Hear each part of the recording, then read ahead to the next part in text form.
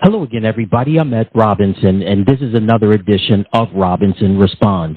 I'm here to give you my thoughts on some of the things that took place on the 8th Sunday of the 2024 NFL regular season. So, before we get into the big one, that's right, the Hail Mary outside of the nation's capital in Landover, Maryland, the Chicago Bears and Washington Commanders, what a finish it was.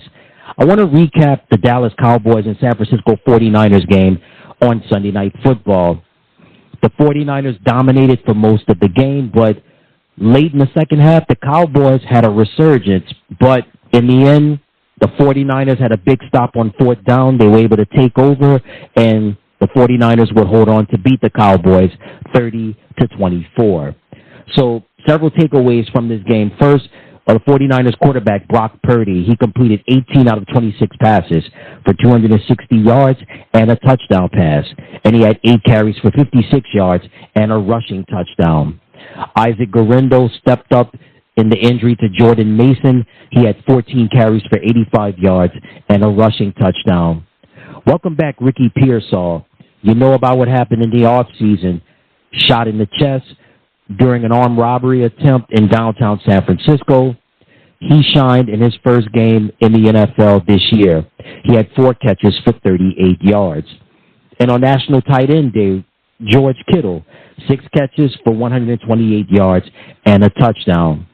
So, some of my takeaways from this game. The 49ers, still no Christian McCaffrey, but they were able to plug and play in terms of utilizing their power running game. When Jordan Mason got hurt, out goes Jordan, in comes Isaac Guerendo. He came in, handled his business, and that's how the 49ers were able to incorporate the passing game. The power running game did its job. It allowed Brock Purdy to make some key plays by making some wonderful passes to not only Ricky Pearsall, but also Deebo Samuel. Oh, and George Kittle, by the way. So San Francisco, this was a big win for them. And another takeaway from this game, this win was a big one on Sunday Night Football. They needed it, and they got it. And now, as this show is airing, they have an even record of 4-4, and they're at a total winning record is right at an even 500. Another takeaway, the Dallas Cowboys. Another loss, another week, and again, and to say Dallas, before coming into this game, they had the bye week. Hopefully, they would have played with more of a sense of urgency.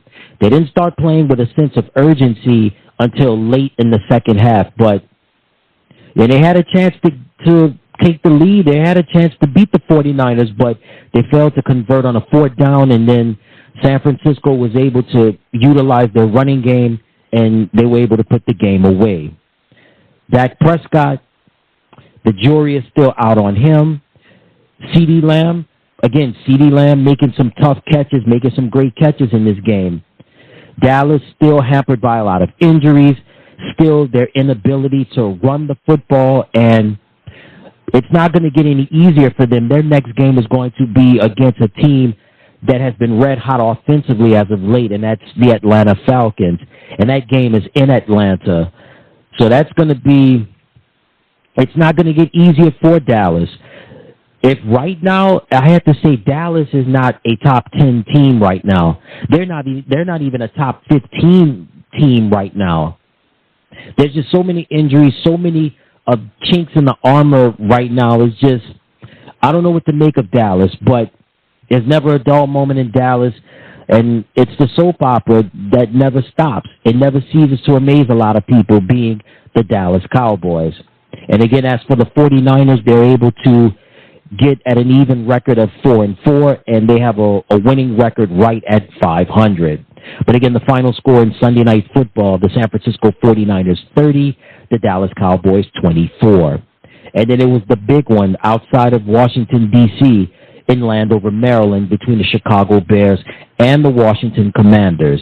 With 5 seconds left in the game, Commanders quarterback Jaden Daniels completed a Hail Mary pass to wide receiver Noah Brown for a touchdown to win the game. And you talk about a phenomenal play And Jaden Daniels, again, playing with a rib injury, he completed 21 out of 38 passes for 326 yards and a touchdown pass. And he had 8 carries for 52 yards. So some takeaways from this game. Number one, it ain't over till the fat lady sings. And certainly the Commanders, it wasn't over for them. 5 seconds left in the game. Jaden Daniels made his checks, made his reads, was able to run around, use his athletic ability, got his feet set, and was able to throw the ball effectively despite battling a rib injury. And even prior to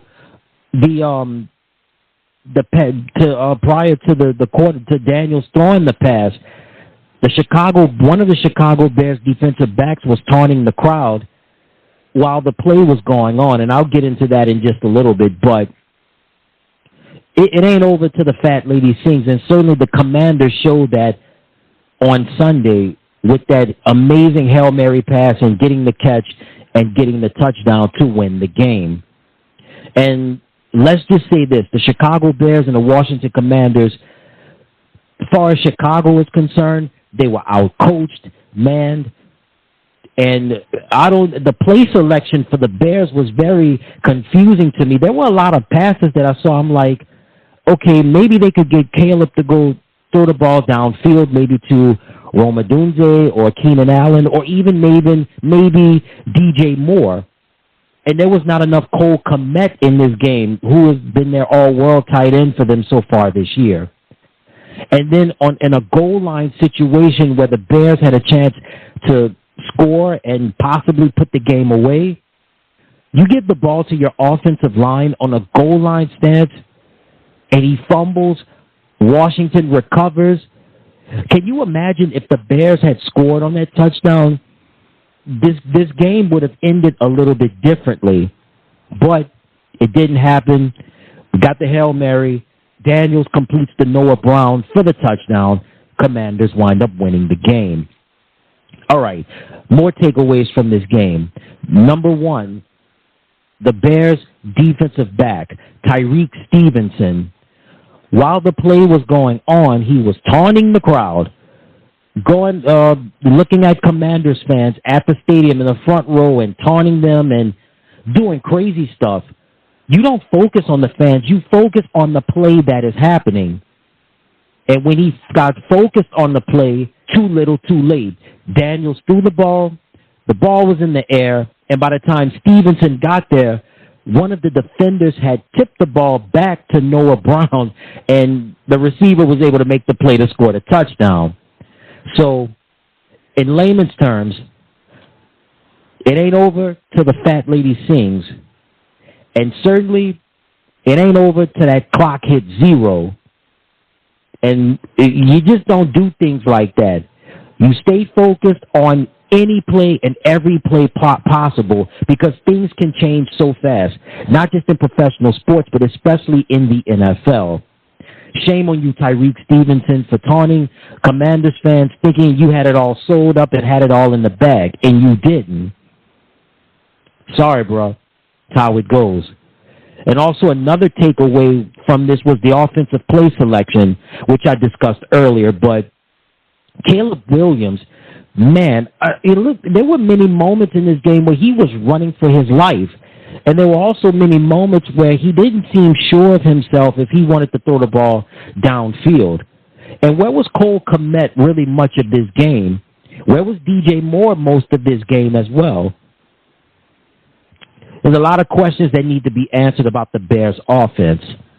And another takeaway, Bears head coach Matt Eberflus, his job is definitely going to be on the line now after a game that, honestly, the Bears should have won, even though they were outcoached, they were outmanned, but they got beat on a play that should have not happened.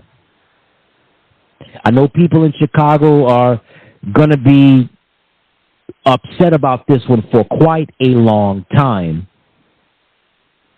Coach Eberflus, you're on the hot seat, my man, and that's a tough way to lose that game. But it happens, and Never a dull moment in the NFL. So again, the final score was the Washington Commanders 18, the Chicago Bears 15. And of course, with 5 seconds left, Jaden Daniels threw a Hail Mary pass to Noah Brown to get the touchdown to win the game. Also, some more things to pass along to you during the Sunday, Week 8 Sunday in the NFL regular season. The Kansas City Chiefs beat the Las Vegas Raiders 27-20. The Chiefs remain undefeated. The Denver Broncos beat the Carolina Panthers 28-14. Bo Nix looking really good as a Bronco quarterback so far. The Buffalo Bills continuing their dominance. They beat the Seattle Seahawks 31-10. The Los Angeles Chargers took care of the New Orleans Saints 26-8. The Atlanta Falcons beat the Tampa Bay Buccaneers in a real competitive NFC South matchup. Falcons would win 31-26. The Detroit Lions had their way with the Tennessee Titans 52-14. The Houston Texans beat the Indianapolis Colts 23-20. The Philadelphia Eagles handled their business, beating the Cincinnati Bengals 37-17. The Green Bay Packers beat the Jacksonville Jaguars 30-27. The Arizona Cardinals beat the Miami Dolphins 28-27.